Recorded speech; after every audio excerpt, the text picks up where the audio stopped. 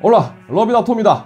반갑습니다. 게이밍 기어의 무선화와 경량화가 대세로 떠오른 것 같습니다. 그리고 최근 들어 이 무선과 경량화의 최전선에서 고군분투하고 있는 브랜드가 있습니다.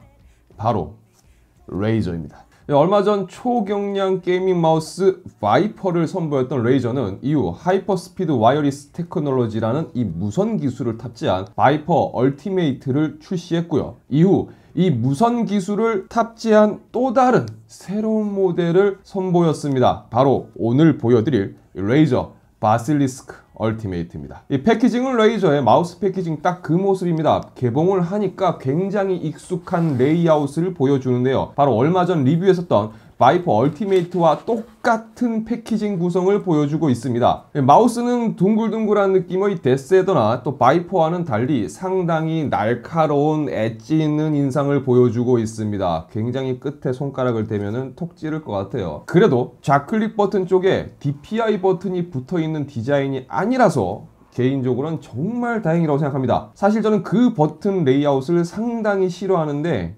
굉장히 감사하고 있습니다. 다행이에요. 좌우 버튼에 들어가는 스위치는 레이저 옵티컬 마우스 스위치가 적용되었습니다. 말 그대로 광축 스위치인데요. 반응 속도는 0.2ms로 마우스 스위치 중 가장 빠른 응답 속도를 제공합니다. 또한 광축 기반이기 때문에 내구성은 기존 기계식 마우스 스위치보다도 한 2천만 회 정도 더 높은 7천만 회의 클릭 내구성을 가집니다. 연질 느낌의 이 유연한 케이블과 또 크로마 RGB가 적용된 충전 도크는 바이퍼 얼티메이트에서 사용되었던 그 것들과 똑같은 녀석입니다. 마우스 하단 커버를 열면요, 이렇게 무선 리시버가 보관되어 있습니다.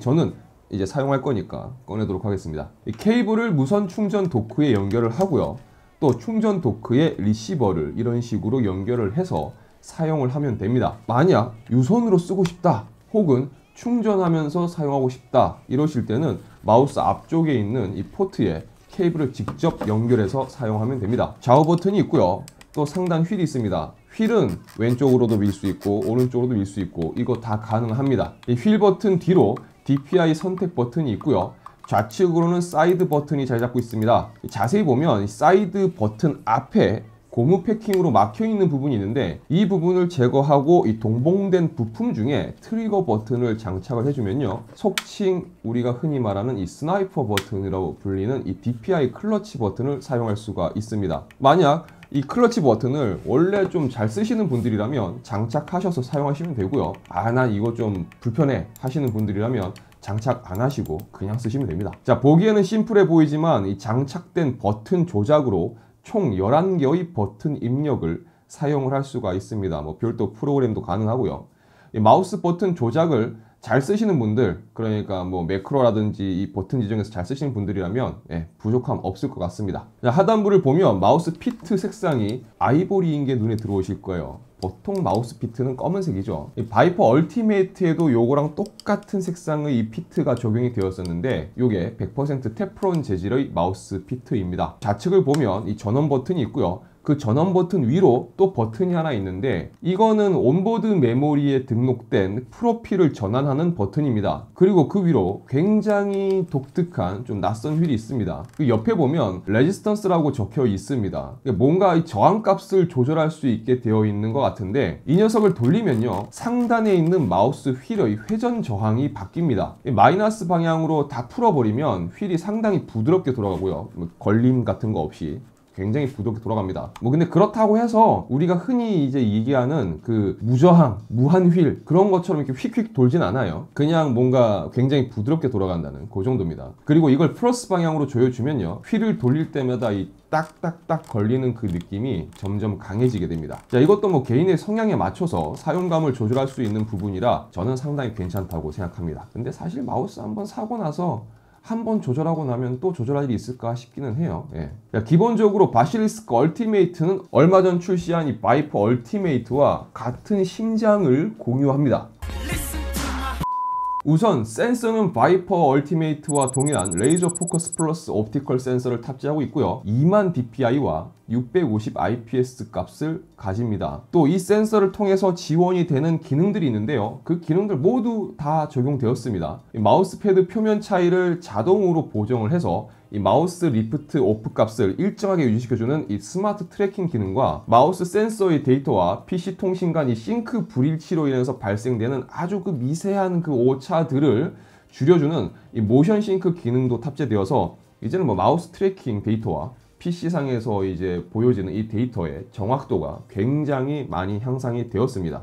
바이퍼 얼티메이트도 그랬지만 이 모델에 탑재된 이 센서가 레이저에서 가지고 있는 가장 최상급의 센서라는 걸 생각해 본다면 마우스 자체는 가장 최상급 모델이라고 보면 될 것 같습니다. 이 하이퍼스피드 와이어리스 테크놀로지라는 이 무선 기술이 현존 가장 빠른 게이밍 무선 접속 방식이라고 보면 될 텐데요. 이미 기존의 가장 빠른 무선 속도를 보여준다라고 하는 타사의 연결 방식보다도 25% 정도 빠른 속도를 가지고 있다고 합니다. 이 조명을 사용하지 않을 경우 한 번 충전으로 최대 100시간을 사용할 수 있을 만큼 작은 전력 소모를 유지하면서도 이 무선 신호의 상태를 밀리초 단위로 계속 체크를 하고 전파 방해가 만약 발생될 경우 가장 빠른 채널로 자동 스위칭하는 기능도 갖추고 있다고 합니다. 따라서 무선이지만 유선과 동일한 수준의 1000Hz의 폴링 레이트가 구현이 가능하다는 거죠. 뭐 레이저라고 하면 뭐 성능도 성능이지만 성능 못지않게 이 감성, 갬성도 중요한데요. 기존 바이퍼가 엉덩이 쪽에만 레이저 로고가 이 크로마 RGB 처리되어 있어서 좀 레이저의 어떤 그런 감성이 있어서만큼은 좀 아쉬운 느낌이 있었는데요. 바실리스크는 이 크로마 RGB를 휠과 또 좌우 버튼 사이에 이 사이드 부분까지 그리고 레이저 로고까지 감성 제대로 탑재하고 나온 것을 볼 수가 있습니다. 최근에 봤던 레이저의 게이밍 마우스 중에서 아마 가장 화려한 모습을 갖추고 있지 않을까 싶네요. 특히 무선 충전 도크도 뭐 별도로 조명 제어가 가능해서 레이저 감성을 좋아하는 분들이라면 확실히 이 녀석이 책상에 있는 것만으로도 이 존재감이 남다른 녀석이 될 것 같습니다. 이 사용감을 그대로 전해드린다면요, 바이퍼 얼티메이트보다는 조금 큰 느낌입니다. 그러니까 제 손 사이즈가 F10 사이즈인데요, 여기서 여기까지가 이제 키보드로 했을 때 F10이에요. 1부터 F10까지 이 정도 사이즈입니다. 팜 그립을 했을 때 바이퍼는 손 안쪽 부분이 살짝 비는 느낌이 들었는데 이 바실리스크는 딱 들어찹니다. 그런데 이건 가만히 생각해 보니까 뭐 사이즈의 문제라기보다는 양손형의 바이퍼보다는 오른손잡이용의 바실리스크가 좀 더 손에 좀 잘 감기기 때문인 것 같아요. 그리고 무게감은 확실히 차이가 납니다. 이 바이퍼 얼티메이트가 74g이었는데 그걸 만져보고 이 녀석을 만져보면요, 무게 차이가 나는 게 확실히 느껴져요. 그럼에도 이 녀석이 되게 중량형이다라고 말하긴 좀 그런 게 총 무게가 107g이에요. 그러니까 바이퍼보다 무겁다라고 해서 중량형이라고 말하기는 좀 그렇습니다. 바이퍼가 너무 가벼운 거고요, 걔는. 자, 내용을 정리를 해보겠습니다. 바이퍼가 워낙 잘 나와서 바이퍼보다 괜찮은 녀석이 나올 수 있을까 싶었었는데 이 느낌이 FPS와 게이밍에 좀 더 강화된 녀석이 나온 느낌입니다. 무게는 뭐 초경량이라고 할 수는 없겠죠. 그럼에도 상당히 가벼운 제품에 속합니다. 이 100g 미만의 초경량이 조금 부담스러우셨던 분들이라면 오히려 좋아할 만한 무게감이라고 생각이 됩니다. 이 오른손잡이 디자인이기 때문에 좀 더 손에 감기는 맛이 좋고요. 제품의 성능 자체야 뭐 두말할 필요가 없을 것 같습니다. 뭐 입만 아프죠. 네. 어쩌면 성능 자체만 두고 본다면요, 제가 올해 만져본 게이밍 마우스 중에서 아마 가장 뛰어난 모델이 아닐까 생각해 봅니다. 뭐라고 해야 되지? 마우스 오브 더 이어면 모티인가? 모티. 예. 특별한 일이 없는 아마 그렇게 될 것 같은데요. 크로마 감성은 이미 저세상 수준이고요. 뭐 레이저 감성을 좋아하는 분들이라면 충분히 만족할 감성을 전해준다고 생각합니다. 그런데 제가 오늘 리뷰를 하면서 너무 칭찬만 한 것 같죠? 예, 저도 사실 하면서 좀 낯간지럽긴 해요. 너무 칭찬만 하는 것 같아서 저도 느끼고 있거든요. 근데 이걸 제가 일부러 그러려는 게 아니라 확실히 스펙만 놓고 또 제품만 놓고 보면요, 올해 일단 제 기준에서는 현존 최강의 마우스라는 이 명칭을 진짜 망설임 없이 지금 얘기할 수 있을 만한 모델이라고 생각을 합니다. 물론 그럼에도 불구하고 깔 게 하나 있습니다. 바로 가격인데요. 아직 리뷰 진행하는 시점에 국내 판매 가격이 나오지가 않았습니다. 그래서 해외 판매 가격을 참고를 해보자면요, 해외 판매 가격이 충전 도크 포함해서 $169 선인 것을 생각을 해본다면 아마도 제 예상에는 국내 판매가가 20만 원이 넘어갈 것으로 보입니다. 그렇기 때문에 제한적이지만 그 정도 투자가 아깝지 않은 분들이 선택하지 않을까라고 생각을 해봅니다. 레이저를 개인적으로 너무너무 좋아하지만 레이저의 감성비는 언제나 항상 후덜덜 합니다. 자, 이번 영상은 여기까지입니다. 영상이 유익하셨다면 좋아요와 구독 그리고 알람 설정 부탁드리겠습니다. 저는 다음 영상에서 다시 인사드리도록 하겠습니다. 지금까지 아토였습니다. 시청해주셔서 감사합니다. 레이저 감성 좋아하시는 분들이라면 분명히 굉장히 마음에 드실 겁니다. 그런데 아주 옛날에 오리지널 맘바 이후로 제가 봤을 때 이 정도 고가 모델은 정말 오랜만인 것 같습니다.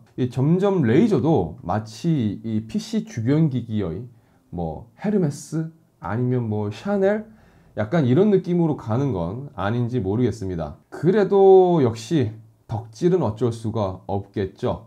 뭐 그런 부분을 제외하고 사실 진심 정말 사심 가득 담아서 말씀드리지만 너무 잘 나왔어요. 너무 좋아요.